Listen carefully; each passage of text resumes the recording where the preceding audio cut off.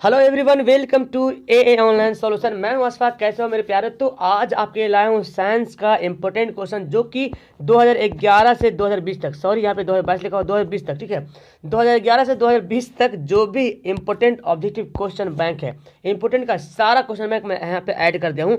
और मैं कोशिश किया हूँ रिपीटेड क्वेश्चन ना है, बिकॉज रिपीट भी हुआ 19 का 18 का 20 में आ गया, 17 का 19 में आ गया, ऐसे रिपीट बहुत सारा सवाल हुआ है, तो उसको मैं छाट दिया हूँ, ठीक है।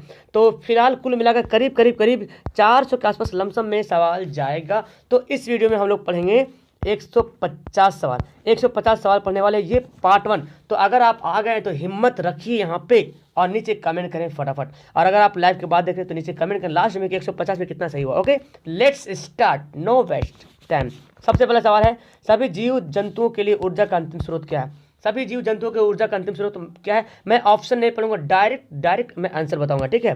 और अगर आपको लगता है कि मैं फास्ट हूं तो वीडियो को थोड़ा पॉज करें, आंसर सोच लें, उसके बाद आगे बढ़ें। सभी जीव जंतुओं के लिए ऊर्जा का अंतिम रूप क्या है? सूर्य। सूर्य है सभी जीव जंतुओं के लिए ऊर्जा का अंतिम रूप है। दूसरा सवाल है, तिलचट्टा में कितने जोड़े श्वास रंध्र पाए जाते हैं? तो तिलचट्टा में 10 जोड़े श्वास रंध्र पाए जाते हैं। इसका आंसर क्या होगा? ऑप्शन सी होगा। अगला सवाल है, प्रकाश संश्लेषण की क्रिया होती है किसमें? प्रकाश संश्लेषण की क्रिया होती है हरे पौधों में, है ना। हरे पौधों में प्रकाश संश्लेषण की क्रिया होती है। चौथा सवाल है, फ्लोएम उत्तकों द्वारा कार्बोहाइड्रेट का परिवहन होता है किस रूप में होता है? ऑप्शन दिख रहा है आपको? तो फ्लोएम उत्तकों द्वारा कार्बोहाइड्रेट का जो परिवहन होता है सुक्रोज के रूप में होता है। किसमें होता है? सुक्रोज के रूप में होता है, यानी कि इसका आंसर क्या होगा? ऑप्शन डी होगा। अगला सवाल है मेरे प्यारे, किसकी उपस्थिति के कारण पौधे का रंग हरा होता है? किसकी उपस्थिति के कारण पौधे का रंग हरा होता है? वो है क्लोरोफिल। क्लोरोफिल की उपस्थिति के कारण पौधे का रंग क्या होता है? हरा होता है। अगला सवाल है, पौधे में उत्सर्जी पदार्थ क्या है? उत्सर्जी है ना, जो वेस्ट पदार्थ होता है। तो पौधे में उत्सर्जी पदार्थ कौन है? तो गोंद भी है, टैनिन भी है, रेजिन भी है। बोले तो आंसर इसका क्या होगा? डी सही आंसर होगा। अगला सवाल देखो क्या बोलता है, टिहरी बांध का निर्माण किस प्रदेश में किया गया है? टिहरी बांध का निर्माण उत्तराखंड प्रदेश में किया गया है। क्या? उत्तराखंड में टिहरी बांध का निर्माण उत्तराखंड में किया गया।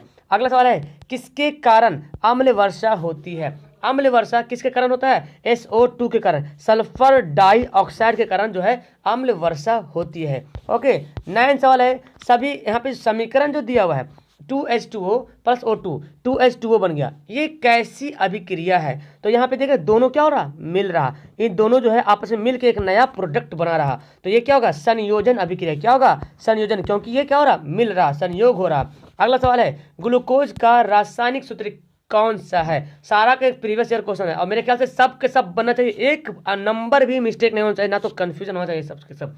ग्लूकोज का रासायनिक सूत्र क्या है? C6H12O6। मैं ऑप्शन बोलूं या ना बोलूं, लेकिन बिना ऑप्शन के आपके पास आंसर आना चाहिए मैंड में। ओके, अगला सवाल क्या है जी, सोडियम की परमाणु संख्या कितना? का सवाल है, सोडियम की परमाणु संख्या क्या है? 11 है। आकाश अगर इस टाइम आप एग्जाम दिए होते तो बोले यस सर कितना हल्का सवाल आ रहा है, काश मैं पूरा के पूरा बना देता। बिल्कुल सही बोल रहे। अमीबा में अधिकांश पोषण होता है, अमीबा में जो पोषण होता है कैसे होता है? शाकाहारी या अंतर्ग्रहण या सर्वाहारी या स्वपोषित? तो अमीबा में अधिकांश जो पोषण होता है वो अंतर्ग्रहण होता है। कैसे होता है? अंतर्ग्रहण पोषण होता है। 13 नंबर सवाल है, किस धातु से सोलर सेल बनता है ना? किस धातु से सोलर सेल बनता है? तो आपको पता है सिलिकन, सिलिकन से सोलर सेल बनता है, ठीक है। सिलिकन, जर्मेनियम, ये क्या है? उपधातु है, याद रखेंगे। अगला सवाल, कौन लवण है? लवण इनमें से कौन है? इनमें से कौन लवण है? HCl, NaOH, K2SO4, NH4OH। तो यहाँ पे जो लवण देखिए, HCl क्या है? ये अम्ल है, और ये क्षार है, और ये भी क्षार है। लवण कौन है? K2SO4 क्या है? लवण है। अगला प्रश्न देखें, यहाँ पे सबसे भारी धातु कौन है? इस ऑप्शन में सबसे भारी धातु है वो है यूरेनियम। कौन है? यूरेनियम जो है सबसे भारी धातु है। अगला प्रश्न क्या बोलते हैं प्यारे, ईंधन के एक अणु में कितने इथेन के एक अणु में कितने सहसंयोजक बंधन होते हैं? तो इथेन का फॉर्मूला क्या होता है? C2H6, ये होता है ना, C2H6 होता है इथेन। तो इथेन का सहसंयोजक बंधन जानने के लिए क्या करेंगे? ये कार्बन 2 पीस है तो कार्बन 2 पीस ऐसे कर लेंगे और चारों तरफ जो है इसका बॉन्ड देंगे। तो गिनो कितना बॉन्ड है? 1 बॉन्ड, 2 बॉन्ड, 3 बॉन्ड, 4, 5, 6, 7। तो 7 सहसंयोजक बंधन होते हैं। कितने बंधन? सहसंयोजक बंधन कितने? 7 है। स्विच लगाए जाते हैं, स्विच जो घर में लगाता है ना, स्विच ऑन स्विच ऑफ, तो स्विच जो लगाते हैं वो गर्म तार में जोड़ते हैं, है ना। ऐसे भी देखे होंगे, एक वायर अगर आ रही है, यहाँ से करंट आ रही है, बिजली यहाँ से आ रही है, यहाँ पे बल्ब लगा हुआ है, तो यहीं पे स्विच लगा दीजिएगा तो ऑन कीजिएगा तो जलेगा, ऑफ कीजिएगा तो बंद हो जाएगा। तो पता क्या चल, स्विच जो है गर्म तार बोलोगे, जिससे धारा प्रवाहित हो रही उस तार को बोलते हैं गर्म तार। कौन अनवीकरणीय ऊर्जा का स्रोत नहीं है? कौन अनवीकरणीय ऊर्जा का स्रोत नहीं है? तो इसका आंसर क्या हो जाएगा? इसका आंसर हो जाएगा बायोगैस, है ना। क्या होगा? बायोगैस। तो चलिए अगला सवाल पढ़ते हैं। मनुष्य के वृक्क निम्न में से किससे संबंधित है? जो मनुष्य का जो वृक्क होता है ना, किडनीज को बोलते हैं वृक्क, किडनी, तो ये क्या है? उत्सर्जन। क्या करता है? किडनी जो एक उत्सर्जन अंग है। क्या है? उत्सर्जन अंग है। अगला सवाल, हाइड्रा में क्या पाया जाता है? हाइड्रा में मस्तिष्क नहीं पाया जाता, तंत्रिका भी नहीं पाया जाता, मुख भी नहीं पाया जाता, तो क्या? स्पर्शक पाया जाता। क्या पाया जाता? हाइड्रा में स्पर्शक पाया जाता है। प्रकाश की किरणें गमन करती है, बहुत हल्का सवाल, सीधी रेखा में, है ना। कौन लेंस की क्षमता का मात्रक है? देखिए, लेंस की क्षमता का मात्रक क्या होता है? डायोप्टर। क्या होता है? डायोप्टर जो है लेंस की क्षमता का मात्रक है। क्या है? डायोप्टर। ओके, अगला सवाल पढ़ते हैं। किस रंग का विचलन न्यूनतम होता है? विचलन, सबसे कम विचलन किसका होता है? लाल रंग का विचलन सबसे कम होता है और बैंगनी का विचलन सबसे ज्यादा होता है। लाल रंग का तरंगदैर्ध्य ज्यादा होता है, बैंगनी का तरंगदैर्ध्य कम होता है। अगला सवाल, बैटरी से किस प्रकार की धारा प्रवाहित होती है? बैटरी से दिष्ट धारा, यानी कि डीसी, डायरेक्ट करंट, ये धारा जो है बैटरी से प्रवाहित होती है। नेक्स्ट, आवर्त सारणी के प्रथम वर्ग के सदस्य होते हैं। आवर्त सारणी में 18 वर्ग होते हैं, तो पहला वर्ग का सदस्य होता है क्षार धातु। क्या होता है? क्षार धातु। ओके, क्या आंसर होगा? क्षार धातु। अगला सवाल यहाँ पे क्या होता है? कौन प्राकृतिक संसाधन नहीं है? वायु है, जल भी है, मिट्टी भी है, जीवधारी प्राकृतिक संसाधन नहीं है। ठीक है, आंसर क्या होगा? डी होगा।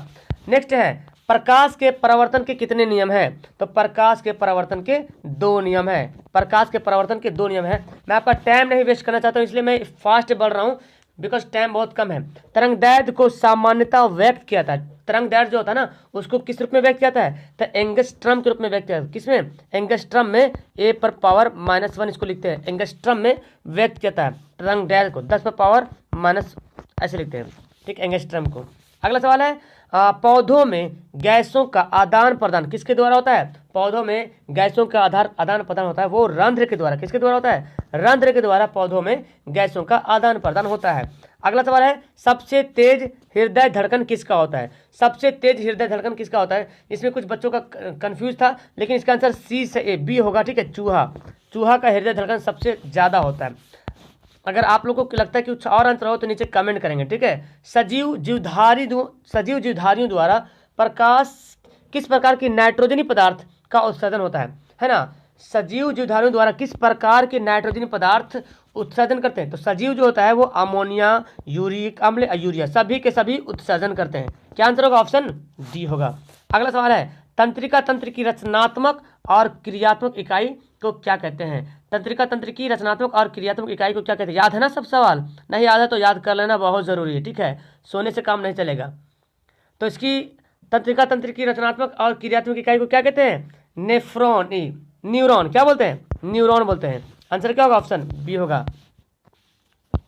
अगला सवाल है, किसे रासायनिक दूत कहा जाता है? रासायनिक दूत किसको बोलेंगे डियर? वाह मेरे प्यारे, हार्मोन को बोलेंगे रासायनिक दूत। क्लियर है? अगला सवाल है, द ऑरिजिन ऑफ स्पीसीज नामक पुस्तक किसने लिखी? द ऑरिजिन ऑफ स्पीसीज नामक पुस्तक किसने लिखी? तो ठंडे के दिन है, रजाई में सोने से बेहतर है कि पढ़ाई कीजिए। और इतनी अच्छी पढ़ाई कहाँ सो सकती है कि मोबाइल पास में हो, रजाई में हो आप, है ना। द ऑरिजिन ऑफ स्पीसीज लिखने वाले कौन है? Darwin, Charles Darwin. किस माध्यम में प्रकाश की चाल सबसे अधिक होती है? पता है, ऐसे तो होता है निर्वात में, है ना, लेकिन अगर ऑप्शन में निर्वात के जगह पे वायु लिखा रहे तो आप वायु भी आंसर टिक कर सकते हैं। ठीक है, लेकिन अगर ऑप्शन में वायु भी रहे और निर्वात भी रहे तो निर्वात सबसे पहले आंसर होगा, जिसमें प्रकाश की चाल सबसे ज्यादा होती है। विभवांतर का एसआई मात्रक क्या होता है? विभवांतर का एसआई मात्रक होता है वोल्ट। क्या होता है? वोल्ट है विभवांतर का एसआई मात्रक। कूलाम है आवेश का मात्रक। एम्पियर है धारा का मात्रक। ओम है प्रतिरोध का मात्रक। सब मात्रक याद होना चाहिए, सवाल तो पक्का टपकेगा मात्रक वाला से।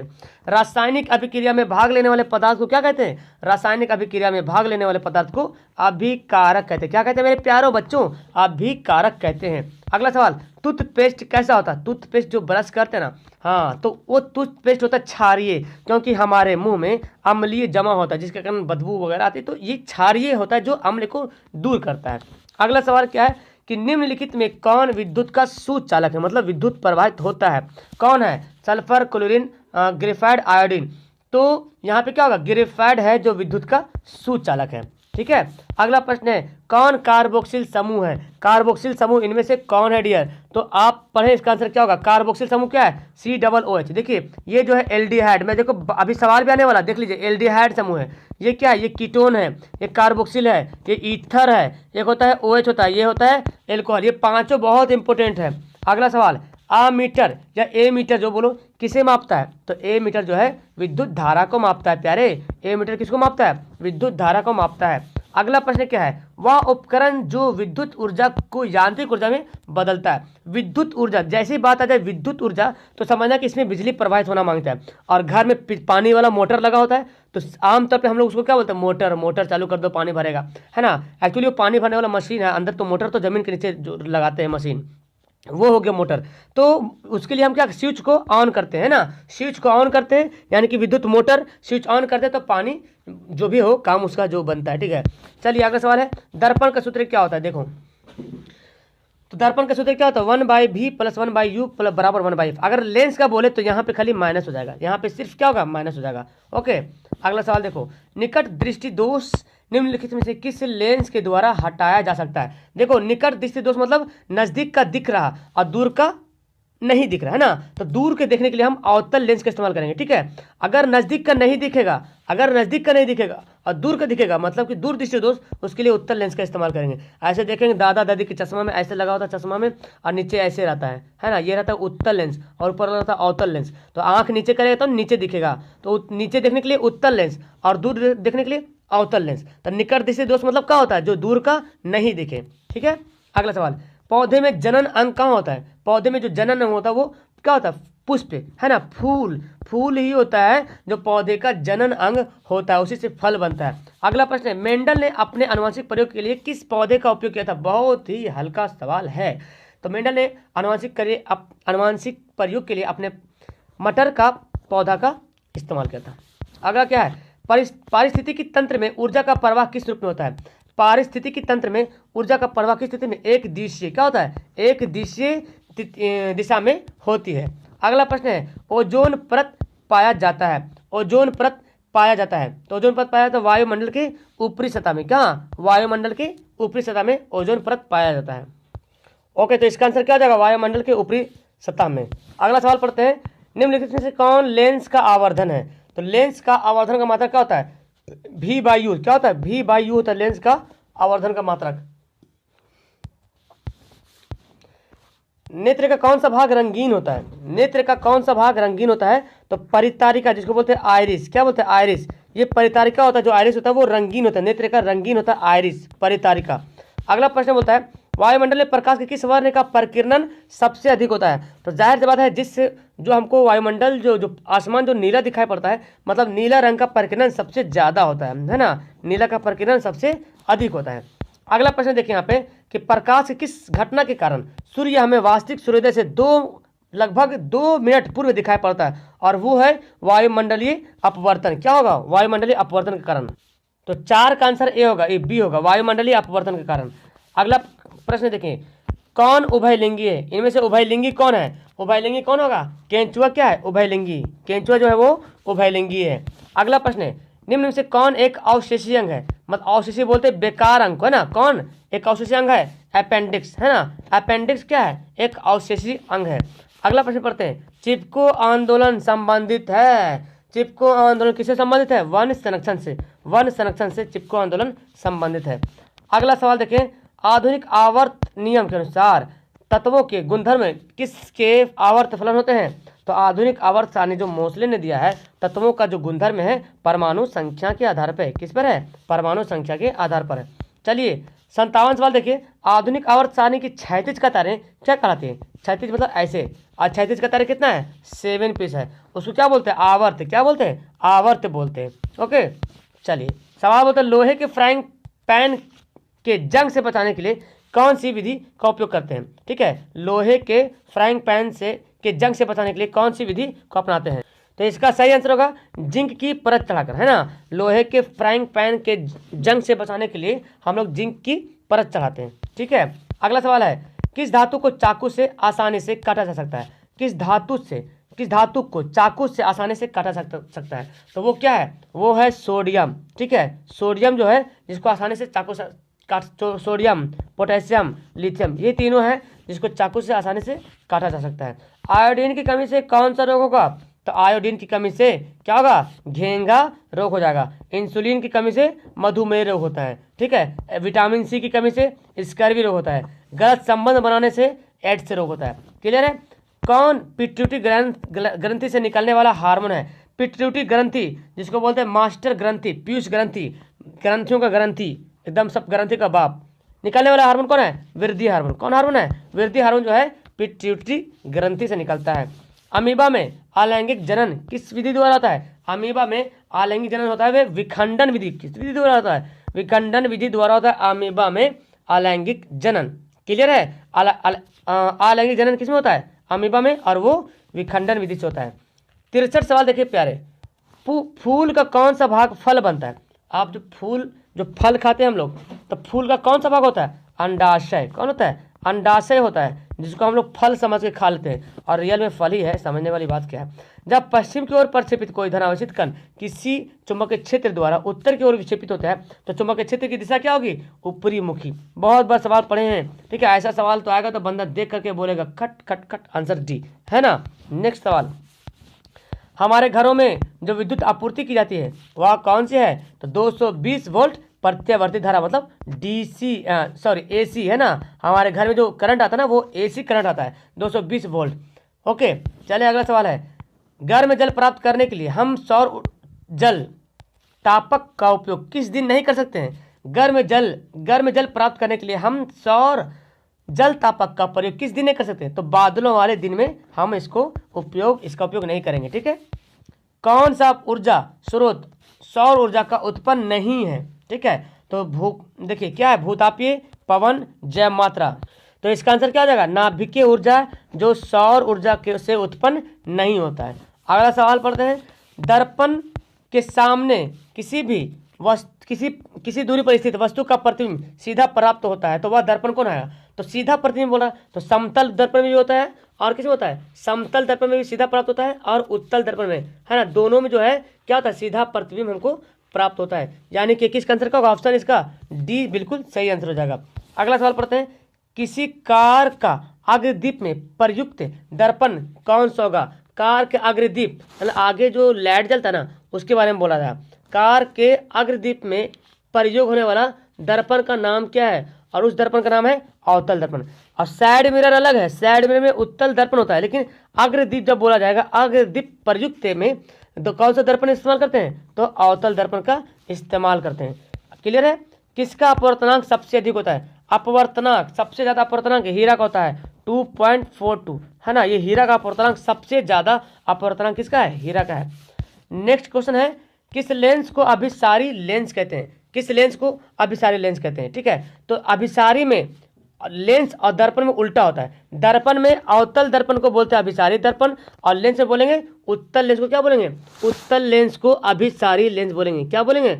उत्तल लेंस को अभिसारी लेंस बोलेंगे। यानी कि आंसर का होगा ऑप्शन ए बिल्कुल सही आंसर होगा। ठीक है, चलिए, कौन गैस चूने के पानी को दुधिया कर देता है? कौन सा गैस है जो चूने के पानी का रंग जो है दुधिया करता है? और वो क्या है? Carbon dioxide. ओके, टार्ट्रिक अम्ल किसमें पाया जाता है? टार्ट्रिक अम्ल, कितना अच्छा सवाल है, आपको याद है ना? टार्ट्रिक अम्ल किसमें पाया जाता है?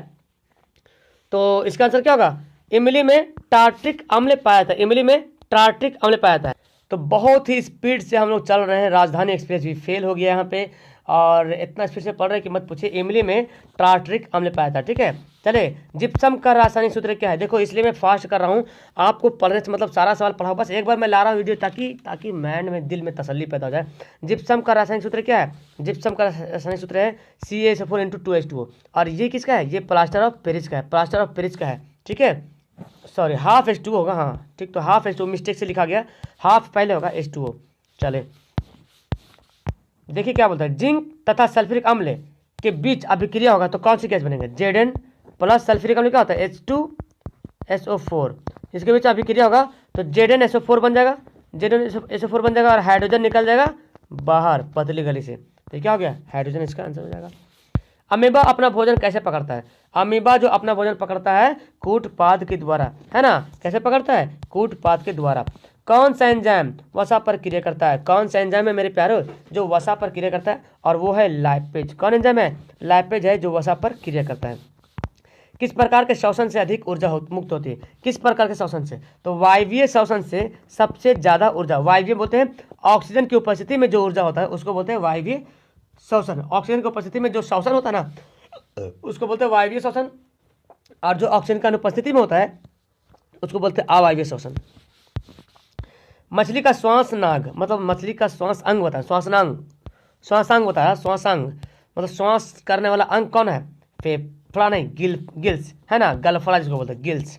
ठीक है, अगला सवाल है अस्टोमाटा जिसको बोलते हैं रंध्र के खुलने और बंद होने की क्रिया को कौन नियंत्रित करता है ना। खुलने और बंद होने की क्रिया को कौन नियंत्रित करता है? द्वार कोशिका। कौन करता है? द्वार कोशिका। अस्टोमाटा के खुलने और बंद होने की क्रिया को कौन नियंत्रित करता है? द्वार कोशिका नियंत्रित करता है। कौन वृक्क की रचनात्मक और क्रियात्मक इकाई है? देखो सवाल आ गया ना, वृक्क की रचनात्मक और क्रियात्मक इकाई बोले तो क्या हो जाएगा? नेफ्रॉन। क्या हो जाएगा? नेफ्रॉन जो है वृक्क की क्रियात्मक और रचनात्मक इकाई है। और अगर बोल दे तंत्रिका तंत्र तो क्या हो जाएगा? न्यूरॉन होगा। मानव का प्रमुख उत्सर्जक अंग, सबसे प्रमुख उत्सर्जक कौन है? मानव का प्रमुख उत्सर्जक है वो है वृक्क, है ना। किडनी है सबसे इंपोर्टेंट, अगर किडनी फेल हो जाए तो पता है क्या होगा, है ना। सबसे प्रमुख उत्सर्जक है। एंड्रोजन क्या है? एंड्रोजन नर हार्मोन है या मादा लिंग हार्मोन है? पाचक है। चलिए तो क्या है एंड्रोजन? देखो एंड्रोजन जो है वो नर हार्मोन, नर लिंग हार्मोन, है ना। अच्छा एस्ट्रोजन होते हैं, एस्ट्रोजन, तो एस्ट्रोजन अगर बोलेगा तो हो जाएगा मादा लिंग हार्मोन। और यहाँ पे एंड्रोजन लिखा हुआ है, क्लियर है, ताकि कंफ्यूजन ना रहे। विद्युत प्रतिरोधकता का मात्रा क्या है? विद्युत प्रतिरोधकता का मात्रा क्या है? ओम मीटर। क्या है डियर? विद्युत प्रतिरोधकता का मात्रा क्या है? ओम मीटर। क्लियर है। अगला प्रश्न देखें, कौन विद्युत का सबसे अच्छा चालक है? विद्युत का सबसे अच्छा चालक कौन पदार्थ है? यहाँ पे कौन सा धातु है या कौन सा तत्व है बोले, है ना, सिंपल से तत्व ही बोलते हैं। तो विद्युत का सबसे अच्छा चालक है वो क्या है? चांदी है। चांदी, मामला चांदी, सिल्वर। ओके, विद्युत धारा के चुंबकीय प्रभाव का खोज किसने किया था? चुंबकीय प्रभाव, जब चुंबकीय प्रभाव बोला जाए तो आंसर होगा ऑस्ट्रेड। क्या होगा? ऑस्ट्रेड। और चुंबकीय प्रेरण अगर बोले, चुंबकीय प्रेरण तो हो जाएगा माइकल फैराडे। क्लियर है। चुंबकीय प्रेरण बोलेगा तो माइकल फैराडे, और चुंबकीय प्रभाव बोलेगा तो ऑस्ट्रेड। अगला सवाल, विद्युत मोटर परिवर्तित करता है। विद्युत मोटर क्या बदलता है? तो विद्युत मोटर, अभी मैं बता था पिछले में कि विद्युत मोटर में बटन दबाते हैं तो क्या था, मतलब काम करता अपना, तो मतलब विद्युत धारा प्रवाहित की और क्या बन गया? ये नहीं होगा, ये होगा यांत्रिक ऊर्जा में, विद्युत ऊर्जा को यांत्रिक ऊर्जा में बदलता है। क्या हो जाएगा आंसर? डी हो जाएगा। सबसे कम अभिक्रियाशील धातु, सबसे कम, तो अगर आप अभिक्रियाशील वाला ग्रुप में देखें, है ना, जो अभिक्रिया केमिस्ट्री किताब में दी हुई है, तो अभिक्रियाशील ग्रुप देखते हैं तो उसमें सबसे कम जो है वो लोहा, लोहा सबसे कम अभिक्रिया, बाकी इन सब लोहा से सब ऊपर में है, लोहा से सब क्या है? ऊपर, मतलब लोहा से ज़्यादा इन लोग है। ठीक है। कार्बन का परमाणु कितना होता है? कार्बन का परमाणु होता है 6। Hydrogen, helium, lithium, beryllium, boron, carbon. ठीक है। असंतृप्त हाइड्रोकार्बन जिसमें कार्बन कार्बन के बीच त्रिआबंध होता है, 3 कार्बन कार्बन के बीच 3 बंध होते हैं, वो है असंतृप्त हाइड्रोकार्बन। और इसको क्या बोलेंगे? ये है एल्काइन समूह। एल्केन में कार्बन कार्बन के बीच एक बॉन्ड होता है, एक बॉन्ड होता है। ठीक है। और एल्कीन में कार्बन कार्बन के बीच डबल बॉन्ड होता है। ये सवाल हल्का है, आता है। एथेनॉल देखो आ गया ना, मैं बता रहा था ना, एथेनॉल किसे बना? एथेनॉल, है ना, एथेनॉल, मेथेनॉल, है ना। तो ये क्या हो गया? एल्कोहल का समूह है, एल्कोहल समूह का है। और ये क्या? एल्डिहाइड, एल्डिहाइड में नल लगा है, एथेनल, मेथेनल ऐसे रहेगा। कार्बोक्सिला में तो पता है एथेनोइक अम्ल, मिथेनोइक अम्ल ऐसे रहेगा। और ये क्या है? ये आपका कीटोन, है ना, एथेनोन, प्रोपेनोन, नोन लगा, नोन। और इसमें रहेगा नल, एथेनल, मिथेनल, और नॉल रहेगा, नॉल, एथेनॉल। देख रहे हैं ना, ध्यान से पढ़िए। चले, जब किसी अभिक्रिया के समय किसी पदार्थ में ऑक्सीजन की वृद्धि होती है तो उससे क्या कहते हैं? देखिए, जब किसी अभिक्रिया के समय किसी पदार्थ ऑक्सीजन की वृद्धि, मतलब ऑक्सीजन का संयोग हो रहा है ना, ऑक्सीजन की वृद्धि मतलब ऑक्सीजन का संयोग हो रहा, उसको बोलेंगे उपचयन अभिक्रिया, ऑक्सीडेशन रिएक्शन, है ना, ऑक्सीडेशन। ठीक है। अम्ल का पीएच मान कौन ने बताएगा? गली गली का बच्चा बोलेगा कि अम्ल का पीएच मान होता है 7 से कम, है ना, 7 से कम होता है अम्ल का पीएच मान, और 7 से अधिक होता है क्षार का पीएच मान, और 7 है उदासीन। अगला, धोने का सोडा। अब देखो धोने वाला सोडा में तो पानी रहेगा, तो ये तो होगा नहीं। अब पानी का मात्रा देखो कितना दिया हो, 3 3 जगह दिया। अब क्या सही आंसर होगा? आंसर होगा Na2CO3 × 10H2। ये आंसर सही है, पानी का soda. Sodium carbonate, sodium carbonate. अगला, मधुमक्खी के डंक एक अम्ल छोड़ता है। हाँ, जब मधुमक्खी को आप पकड़ेंगे, या बिच्छू हो गया, या एक लाल चींटी होता है, वो भी काटता है, बहुत दर्द देता है। तो मधुमक्खी के डंक में एक अम्ल छोड़ता है, और उसे जलन भी होता है, दर्द होता है। तो उसमें कौन सा अम्ल होता है? उसमें होता है मेथेनोइक अम्ल। कौन होता है? मेथेनोइक अम्ल होता है। इसको बोलते हैं फॉर्मिक अम्ल। क्या बोलते हैं? इसको फॉर्मिक अम्ल भी बोलते हैं डियर, फॉर्मिक अम्ल बोलते हैं। अगला सवाल है, किस दर्पण की फोकस दूरी धनात्मक होती है? बहुत बड़ा आया है। तो देखो, दर्पण बोले या लेंस बोले, बात बराबर है। उत्तल दर्पण है ना, हाँ, तो उत्तल दर्पण की फोकस दूरी क्या हो जाएगी? धनात्मक हो जाएगी। उत्तल दर्पण की फोकस दूरी धनात्मक होगी। तो उत्तल दर्पण और उत्तल लेंस, है ना, उत्तल दर्पण और लेंस दोनों की फोकस दूरी क्या होगी? पॉजिटिव होगी।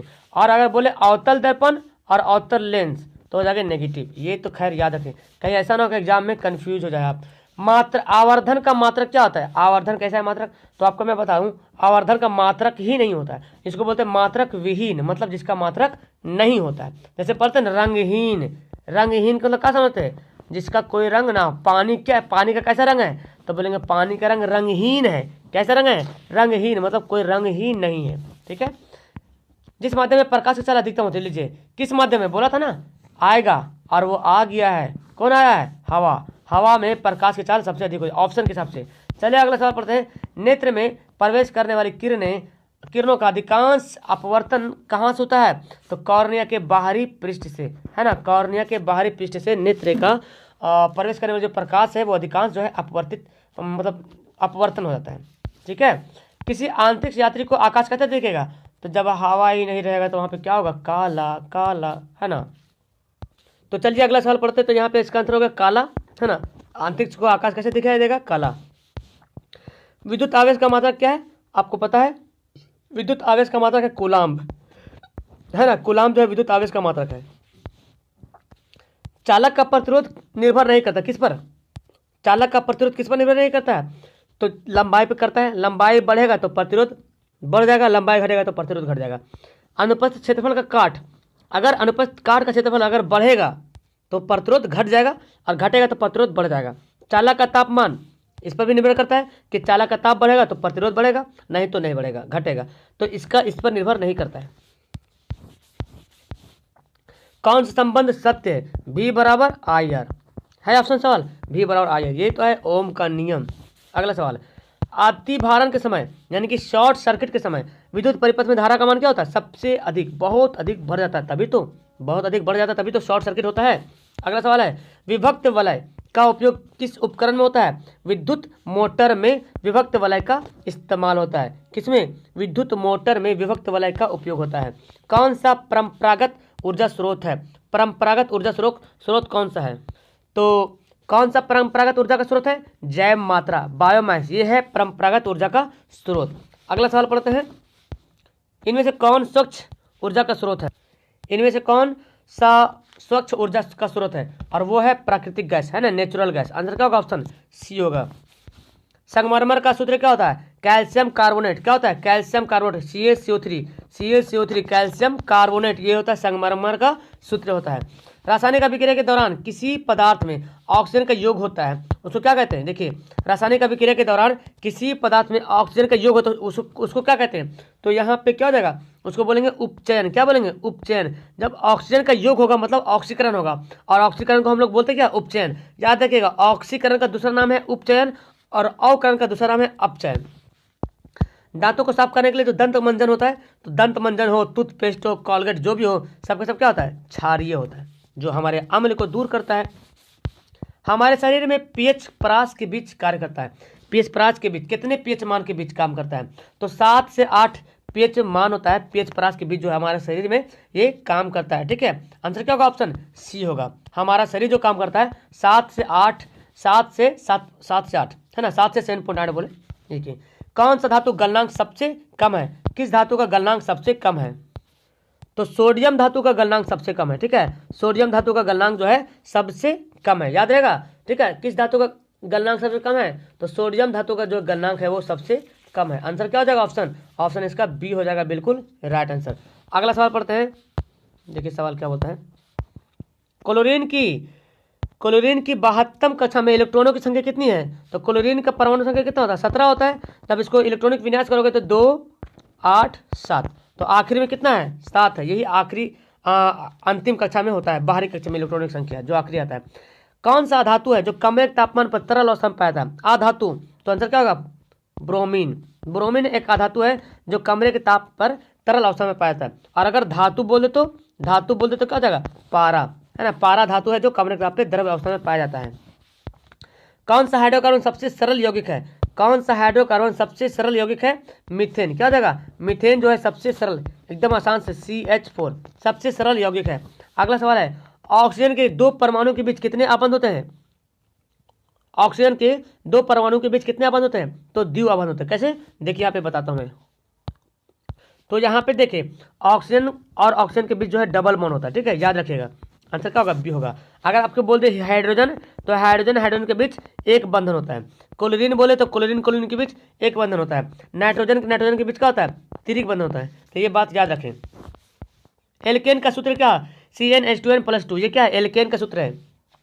CnH2n+2 एल्केन का है। CnH2n क्या? ये एल्कीन का है, ठीक है, ये है एल्कीन का। और CnH2n-2 ये है एल्काइन का। क्या है? एल्काइन का, एल्काइन। और CnH2n-1 जो है ये तो खैर पता, ये तो खैर किसी सूत्र नहीं होता, ये +1 भलो होता है, एल्किल का होता है।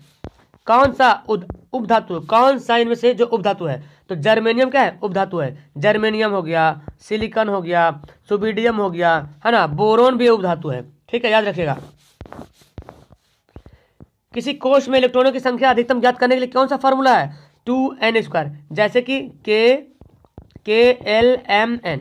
अगर हम जानना चाहते हैं कि n में कितना परमाणु हो, n में अधिकतम कितना इलेक्ट्रॉन की संख्या रहेगी, तो n कितना नंबर पे? चौथा नंबर पे। देखिए पहला, दूसरा, तीसरा, चौथा। तो इस फॉर्मूला पे सेट करो, 2 × 4 का स्क्वायर, तो 16, 4 16, 16 दूना 32। आपको पता है n में जो है 32 इलेक्ट्रॉन होता है अधिकतम। ओजोन परत किस हानिकारक विकिरण से पृथ्वी को सुरक्षा प्रदान करती है? और वो है पराबैंगनी किरण। कौन है? पराबैंगनी किरण है जो ओजोन परत हानिकारक विकिरण से पृथ्वी को सुरक्षा प्रदान करती है। स्वपोषी पोषण के लिए आवश्यक है। स्वपोषी पोषण के लिए कौन सा आवश्यक है? तो पर्णहरित भी चाहिए, यानी कि क्लोरोफिल भी चाहिए, सूर्य का प्रकाश भी चाहिए, कार्बन डाइऑक्साइड, यानी कि सभी के सभी जरूरी है उसको, है ना, सभी के सभी जरूरी है। सामान्य अनुशीतलन रक्तदाब कितना होता है? अनुशीतलन, तो देखो याद रखो, सामान्य जो होता है, जो ब्लड प्रेशर होता है एक सामान्य मनुष्य के पास 120/80 होता है, 120/80। ऊपर वाला को बोलता है परकुचन। क्या बोलते हैं? परकुचन। क्या बोलते हैं? परकुचन। और नीचे वाला क्या बोलते हैं? अनुशीतलन। क्या बोलेंगे? नीचे वाला को बोलेंगे अनुशीतलन। तो जब यहाँ पे क्या आपसे बोला जा रहा है? आपसे पूछा जा रहा है कि सामान्य, है ना, क्या पूछा जा रहा है? सामान्य। तो सामान्य पूछा जा रहा है, अनुशीतलन, तो नीचे वाला का अनुशीतलन यानी कि 80। और अगर परकुचन बोलता तो 120 होता, ठीक है। ऊपर वाला को परकुचन, नीचे वाला का अनुशीतलन। रुधिर का कौन सा अवयव रक्त स्राव को रोकने में मदद करता है? तो प्लेटलेट्स है। जो रक्त जब कट जाता है, कहीं पे हाथ पैर कटता है तो खून रुक जाता है ना, बहता तो नहीं रहता है, तो वो जो रोकने में जो मदद करता है प्लेटलेट्स से होता है, वो जो मदद करता है। कौन एक उभयलिंगी जंतु है? इस सवाल रिपीटेड हो गया, केंचुआ, है ना। केंचुआ जो है उभयलिंगी जंतु है। चलिए अगला सवाल पढ़ते हैं। कौन एक लिंगी पुष्प है? देखिए एक लिंगी पुष्प कौन सा है? तो ये सब सवाल मतलब हाईलाइटेड सवाल है, ये सब सवाल बनता है एग्जाम में भी, ठीक है। तो एक लिंगी पुष्प कौन है? पपीता क्या है? एक लिंगी पुष्प है। अगला सवाल पढ़ते हैं। कौन सा जीवाणु जनित रोग नहीं है? जीवाणु जनित रोग नहीं है, तो गोनोरियो, सिफिलिस, ये सभी के सभी जीवाणु से होता है, लेकिन मस्सा जीवाणु से नहीं होता, ठीक है। एक रोग का नाम है मस्सा। अगला सवाल पढ़ते हैं, क्या बोलता है? कौन पादप हार्मोन है? Insulin, thyroxine, oestrogen, cytokinin. तो पादप हार्मोन कौन है? साइटोकाइनिन क्या है? पादप हार्मोन है। साइटोकाइनिन क्या है? पादप हार्मोन है। अगला सवाल, मेरु रज्जु कहाँ से निकलता है? मेरु रज्जु कहाँ से निकलता है? देखिए इसका आंसर क्या होगा? तो मेरु रज्जु निकलता है कहाँ से? मेडुला से निकलता है ना, मेडुला से मेरु रज्जु निकलता है। चलिए अगला सवाल पढ़ते हैं। पादप में पाया जाने वाला वृद्धि हार्मोन कौन सा है? पादप में पाया जाने वाला वृद्धि हार्मोन, तो यहाँ पे एक ही पादप हार्मोन का नाम ही दिया है, तो ऑप्शन चुनने में किसी तरीके की कोई परेशानी नहीं होगी। लेकिन अगर 3 चारों पादप हार्मोन का नाम दे देता, जो भी पादप हार्मोन है, चारों ऑप्शन में पादप हार्मोन का ही नाम देता तो आप थोड़ा सोचते हैं, लेकिन यहाँ पे ये सब तो पादप हार्मोन है नहीं, एक ही तो है जिब्रेलिन। तो अब याद कर लीजिए कि जिब्रेलिन जो है पौधों में वृद्धि हार्मोन के रूप में काम करता है। ठीक है, कौन बौने पौधा है, तो बौने पौधा, इसका आंसर याद करना एकदम आसान है। बौने बोरा, तो दोनों बौना देखो यहाँ पे है, स्मॉल टी, ये दोनों बौना ही है, याद कर लो इस तरह से। ठीक है, कौन सा पर्यावरण अनुकूल नहीं है, पैदल चलना, ठीक है, अच्छी बात है। साइकिल से चलना, बिल्कुल सही बात है। मोटरसाइकिल से चलना, ये पर्यावरण के खिलाफ है ना, पर्यावरण को नुकसान पहुंचाता, धुआं जो निकलता है तो पर्यावरण को नुकसान पहुंचाता है। जैव विविधता का स्थल क्या है, जैव विविधता, अगर जैव विविधता का स्थल हमको खोजना है तो वन में मिलेगा। कहाँ मिलेगा, वन। जैव विविधता का विशिष्ट स्थल कहाँ है, वन में है। सुरंगम किस राज्य की जल संग्रह व्यवस्था है, सुरंगम किस राज्य की जल संग्रह, यानी कि जल को जमा किया है, वो है केरल, है ना। कहाँ है, केरल राज्य में है सुरंगम, याद रखिएगा, केरल राज्य में कौन है, सुरंगम जल संग्रह है। तो इसका आंसर क्या हो गया, केरल इसका सही आंसर हो गया। अगला सवाल पढ़ते हैं, नई कार्तीय चिन्ह परिपाटी के अनुसार दर्पण के सामने रखे गए प्रतिबिंब की दूरी कहाँ से ले जाते हैं, ऋणात्मक से। कहाँ से ले जाते हैं, इसका आंसर क्या होगा, ऑप्शन इसका बी जो होगा बिल्कुल सही आंसर होगा। ठीक है, क्या आंसर होगा, ऑप्शन इसका बी बिल्कुल सही आंसर हो जाएगा इस प्रश्न का आंसर बी। अब देखिए यहाँ पे सवाल आ गया, किस दर्पण का उपयोग सामान्यतः वाहनों के पक्ष दर्पण के रूप में, मतलब पीछे देखने के लिए किया जाता है, तो कौन सा दर्पण, उत्तल दर्पण का इस्तेमाल किया जाता है। ठीक है, अगला है सामान्य नेत्र के लिए दूर बिंदु, जब नेत्र सामान्य मतलब आंख सही है तो आपके मर्जी जहां तक मर्जी वहां तक देखिए दूर बिंदु। अगर बोलता न्यूनतम बिंदु तो क्या होता है, 25 सेंटीमीटर होता है। अगला प्रश्न है, किस लेंस का उपयोग कर दीर्घ दृष्टि दोष को दूर कर, देखिए दीर्घ दृष्टि दोष मतलब क्या हुआ, दूर का दिख रहा, नजदीक का नहीं दिख रहा। अब नजदीक के देखने के लिए दादी आपकी आंख कहाँ कर ले जाती है, नीचे, उत्तल लेंस, ऐसे याद कीजिए, है ना। नजदीक देखने के लिए हमको उत्तल लेंस की जरूरत पड़ेगी। चलिए, किस वर्ण का तरंगदैर्घ्य सबसे बड़ा होता है, यानी कि सबसे ज्यादा होता है, बड़ा बोले तो सबसे ज्यादा होता है, किस रंग का, तो लाल रंग का तरंगदैर्घ्य सबसे जो है अधिक होता है। अगला प्रश्न पढ़ते हैं, टिंडल प्रभाव प्रकाश की कौन सी परिघटना को प्रदर्शित करता है, टिंडल प्रभाव प्रकाश की कौन सी परिघटना को प्रदर्शित करता है, तो बहुत इंपॉर्टेंट सवाल है। ठीक है, इसका आंसर दें आप लोग, तो 7 नंबर सवाल का आंसर क्या होगा, ऑप्शन होगा प्रकाश का प्रकीर्णन। क्या होगा, प्रकाश का प्रकीर्णन। देखिए, विद्युत शक्ति को कौन नियंत्रित करता है, पी बराबर फॉर्मूला होता है वी आई, देखिए है ऑप्शन में, नहीं है ना, चलिए तो नहीं है, तो हम क्या करेंगे, भी का एक होता है ना, वी बराबर आई आर होता है ना, वी बराबर आई आर, तो वी के जगह पे आई आर रखते, ये जो वी है वहाँ पे रख देंगे आई आर, और पहले से आई दिया हुआ था तो क्या हो जाएगा, आई स्क्वायर आर, क्या होगा आंसर, ऑप्शन ए होगा, बिल्कुल सही आंसर हो जाएगा। चलिए, विद्युत ऊर्जा का व्यापारिक मात्रा क्या है, विद्युत ऊर्जा का व्यापारिक मात्रा क्या है, यूनिट। अब बहुत जल्दी हम लोग मंजिल के करीब हैं, है ना। चुंबकीय फ्लेमिंग के वाम हस्त नियम के अनुसार तर्जनी उंगली क्या बताती है, तो तर्जनी उंगली है चुंबकीय क्षेत्र बताती, तर्जनी उंगली चुंबकीय क्षेत्र बताती है। और बोलता अंगूठा बोलता तो विद्युत आरोपित बल की दिशा बताता, और अगर मध्यमा फिंगर बोलता तो विद्युत धारा की दिशा को बताता। यहाँ देखिए, तांबे की तार की एक आयताकार कुंडली किसी चुंबकीय क्षेत्र में घूर्णित कर रहा है, तो घूर्णित कर रही इस कुंडली में प्रेरित विद्युत धारा की दिशा में कितने परिभ्रमण के पश्चात परिवर्तन होता है, क्या होगा, देखो इसका आंसर, बहुत ही अच्छा सवाल यहाँ पे है। तो 11 का आंसर क्या होगा, आंसर 143 का आंसर ऑप्शन क्या होगा, डी, सी, आधे हो जाता है, क्या होता है, आधे हो जाता है।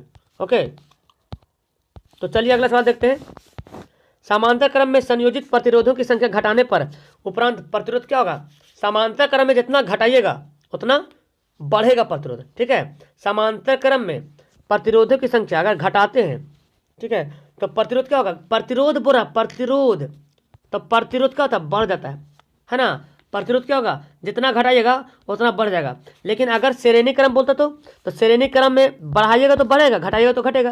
लेकिन यहाँ पे अगर समांतर क्रम में बोल रहा, समांतर क्रम में बढ़ाइएगा ना, तो जितना 1/r 1/5 प्लस 1/5 प्लस 1/5 जितना बढ़ाइएगा उतना घटेगा, और जितना घटाइएगा उतना बढ़ेगा। तो बोला घटने पर, तो घटने पर क्या होता है, बढ़ता है।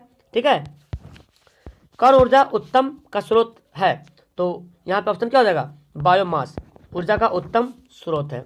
चलिए अगला सवाल, ग्लूकोज के एक अणु में ऑक्सीजन के कितने परमाणु हैं, C6H12O6। ऑक्सीजन के बारे में पूछता, और ऑक्सीजन कितने हैं, देखिए 6 है। अगर हाइड्रोजन बोलता तो 12 होता, कार्बन बोलता तो भी 6 होता। रासायनिक अभिक्रिया के दौरान किसी पदार्थ में ऑक्सीजन का ह्रास कहलाना, देखो ऑक्सीजन का ह्रास कहलाना, ठीक है, जब ऑक्सीजन का ह्रास होगा तो हाइड्रोजन का संयोग होगा, उसको बोलेंगे अपचयन। क्या बोलेंगे? अपचयन। अवकरण अभिक्रिया। क्या बोलेंगे? उसको हम लोग बोलेंगे अवकरण अभिक्रिया, है ना। तो आंसर क्या हो जाएगा? ऑप्शन बी हो जाएगा। चलिए अगला सवाल पढ़ते हैं। विरंजक चूर्ण का रासायनिक सूत्र क्या है? तो विरंजक चूर्ण का CaOCl2। क्या हो जाएगा? CaOCl। इसको बोलते हैं ब्लीचिंग पाउडर भी बोलते हैं। क्या बोलते हैं? ब्लीचिंग पाउडर भी इसको बोला जाता है। कौन सा पदार्थ लाल लिटमस को नीला करता है? लाल को नीला। तो देखो याद करने का सिंपल तरीका है, अगर अम्ल रहे तो देखो अम्ल के लास्ट में क्या आ रहा है? लाल आ रहा, ला आ रहा। तो अम्ल जो है नीला को लाल करेगा, क्योंकि लाल आ रहा, लास्ट में ला आ रहा, तो नीला को लाल करेगा। मतलब ये याद करेगा ट्रिक मैं बता रहा हूँ। और लाल को नीला कौन करता है? क्षार। कभी ये बच्चे ना एक मतलब कंफ्यूजन होता है, यार ये कैसे होगा, ये कैसे होगा, ऐसे होता है। शुद्ध जल का पीएच मान कितना होता है? 7 होता है। आपको मैं बताऊं, आश्रित जल होता है जो, ये शुद्ध जल होता है, ठीक है। अच्छा, अगर सवाल में है कि इनमें से शुद्ध जल कौन है, नदी का पानी, नाला का पानी, वर्षा का जल, तो वर्षा का जल टिक लगा सकते हैं। लेकिन आश्रित जल रहे तो आश्रित जल, क्योंकि आश्रित जल से विद्युत धारा प्रवाहित नहीं होता है। शुद्ध जल जब जब जो जल शुद्ध होगा उसमें विद्युत धारा प्रवाहित नहीं होगा, और जो अशुद्ध होगा उसमें विद्युत धारा प्रवाहित हो जाएगा। तो वर्षा का जल अशुद्ध होता है, ठीक है, आश्रित जल से। तो आश्रित जल से विद्युत धारा प्रवाहित नहीं होता, क्योंकि उसमें इलेक्ट्रॉन का प्रवाह नहीं होता, ठीक है, वो एनायन नहीं बना पाता है। तो वर्षा के जल में जो विद्युत इलेक्ट्रॉन क्या होता है, मतलब प्रवाह कर लेता है। तो यहाँ पे हो गया मेरा 150 क्वेश्चन खत्म। अगर आपको इसको PDF लेना है तो नीचे कमेंट करें कैसा लगा आपको ये सवाल पढ़ के। 150 सवाल को हम लोग एकदम 40 से 45 मिनट के अंतर्गत हम लोग यहाँ पे खत्म कर लिए।